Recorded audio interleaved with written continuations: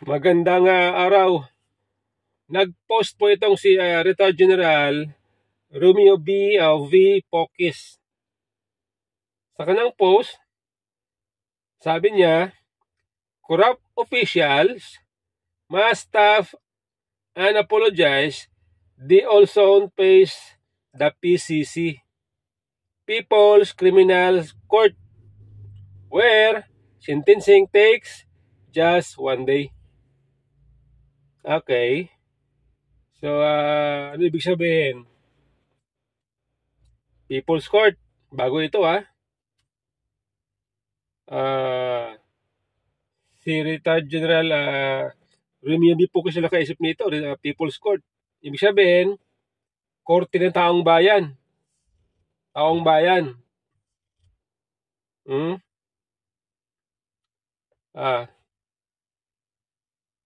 Sentencing take just 1 day. Okay? Ibig sabihin, ang mga corrupt official ay sintensyahan sila ng korte ng taong bayan. Okay? In just 1 day. So, ano yung ibig sabihin yan? Ano ibig sabihin yan? Kayo na po ang maghusga. Kung ano ibig sabihin yan ni Retired General Romeo V. Pokis. Okay? Mabigat yan.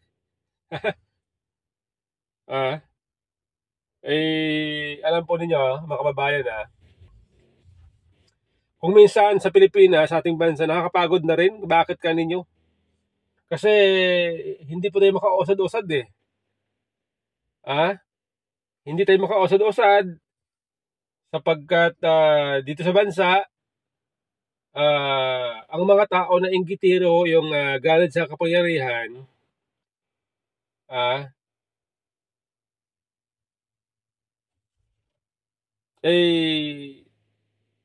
nagiging sanhi ng kaguluhan sa politika. Yung mga politiko na galit sa kapangyarihan, inggit, ay nagiging sanhi ng political instability sa ating bansa. Kaya, sa halip na tayo po umusad, dire-diretso, ay hindi sapagkat dahil sa mga politikong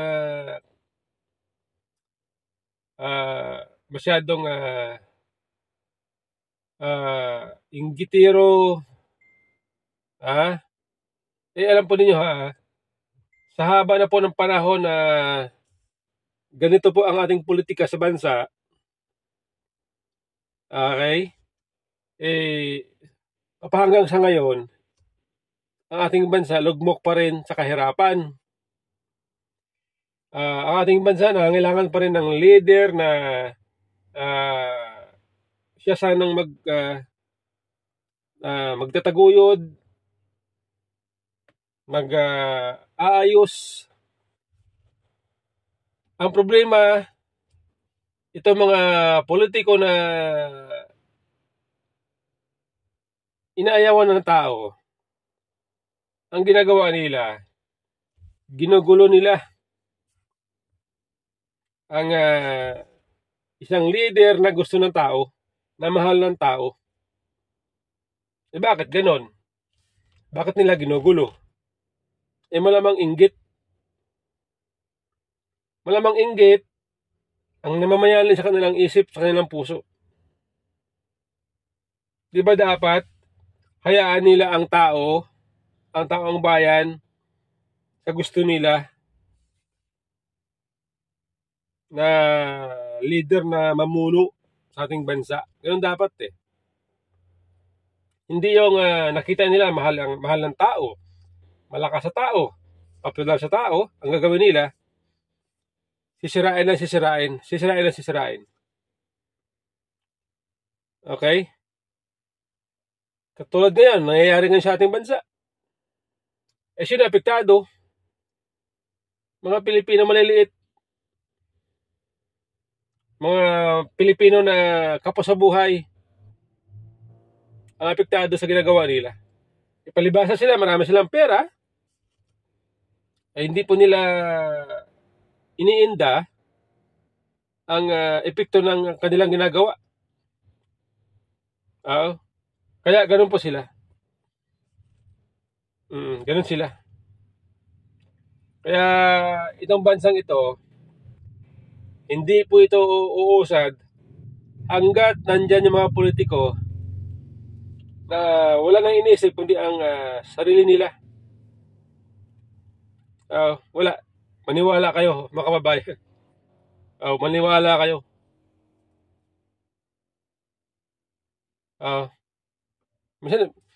Minsan nakakapagod na rin eh. Biro nyo mula nung panahon ni Cory, ni Ninoy, ni Marcos Sr. hanggang ngayon. Medyo nagkaroon lang ng kaayusan nung panahon ni PRRD. Nagkaroon po ng kaayusan ng bansa. Tuloy-tuloy na sana eh. Kaso ang problema, ang pumalit, masahol. Kaya ito ngayon ay balik ulit sa dati. Kaya nakakalungkot, mga kababayan. Okay? Ito ito po kasing mga OFW, sila po ay nagdesisyon na nagkasundo na mag-zero remittance at gusto nilang isabay o itaon sa birthday ni dating Pangulong Duterte, March 28 hanggang April 4, so 1 week. Okay, zero remittance. Ngayon, ang problema dito, mga kababayan, ay siyempre baka apektado ang bansa, ang ekonomiya ng bansa apektado. Kung 1 week yan, mabigat din yan. Kaya ngayon, itong Malacanang nakikiusap na baka. Okay?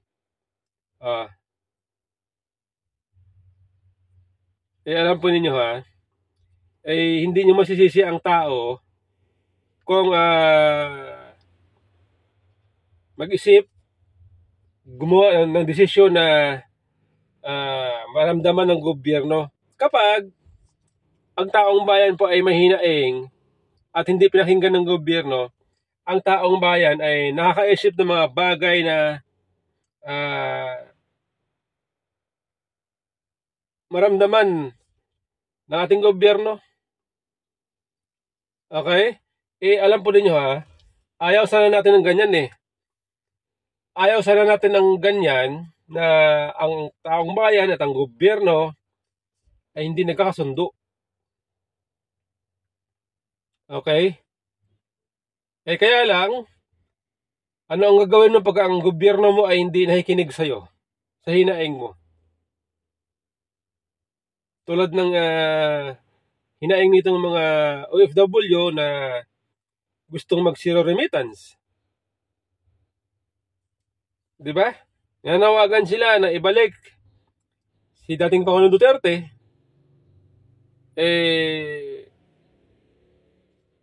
Ewan ko, ano bang siguro feeling nila baka mukhang ayaw makinig ang gobyerno, ayaw sila pakinggan ng gobyerno. Kaya ang naisip nila ay mag-zero remittance for 1 week. Okay, ito po ay initiative ng Maysog chapter, Croatia chapter, European.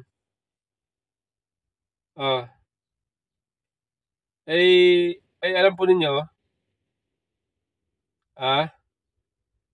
sana ang ating gobyerno po nag-isip muna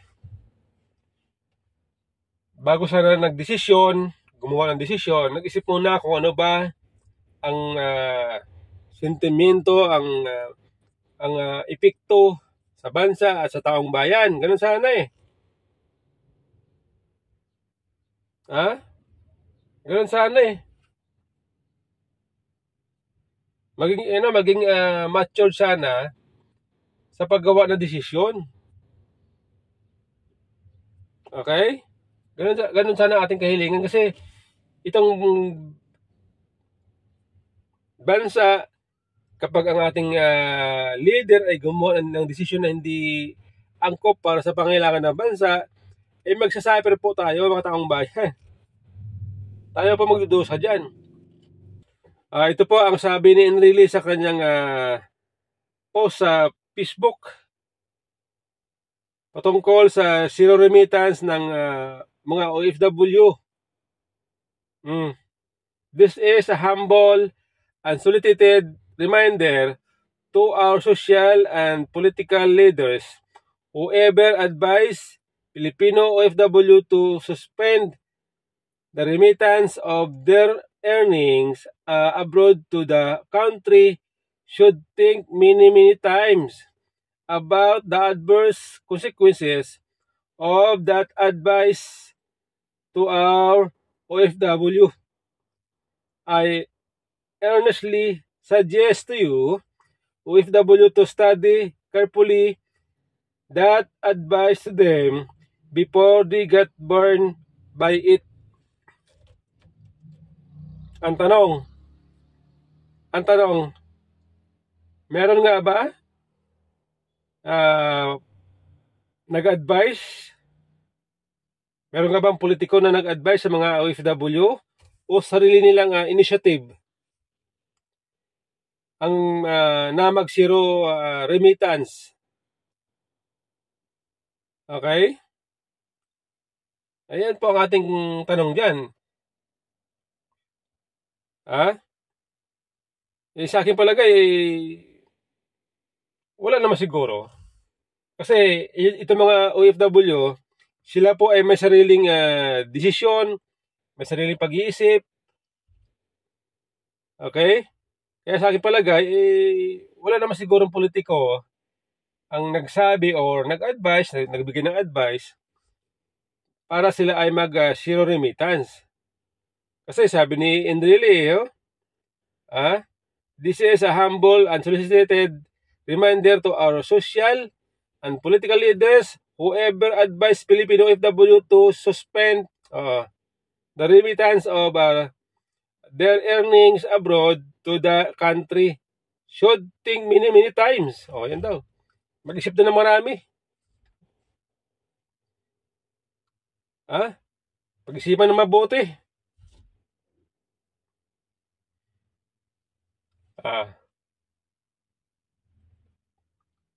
Pag-isipan na maraming business.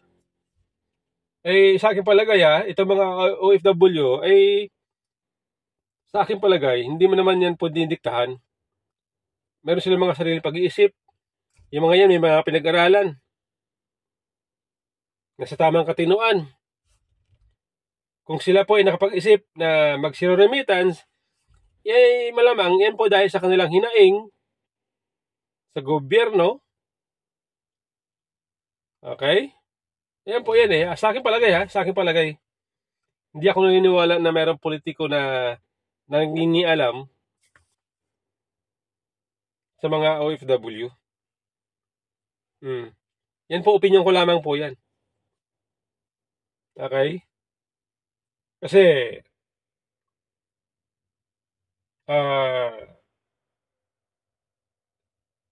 actually ako mas humanga nga ako Mas humanga ako sa mga OFW kasi nga kahit sila po ay nasa ibang bansa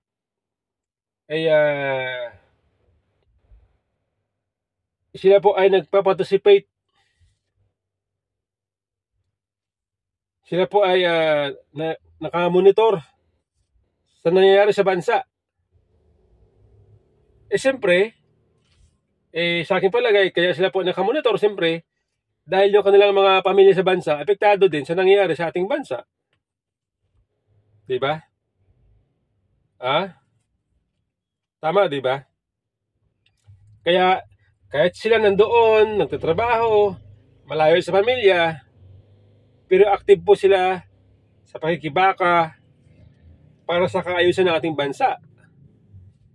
Ang dapat umayos ang ating gobyerno, ang ating mga leader. Di ba? Yun dapat ang umayos. Tama, di ba? Kaya hindi po pwedeng sa akin palagay, hindi po pwedeng mayroon nakikialam na politiko sa mga OFW. Okay? Ganun po. Sa akin palagay po, dapat ang mag-isip si Enrile. Dapat ang mag-isip si Enrile. Dapat ang payuhan niya ang gobyerno. Hindi ang taong bayan. Okay? Ganun dapat. Ganun dapat.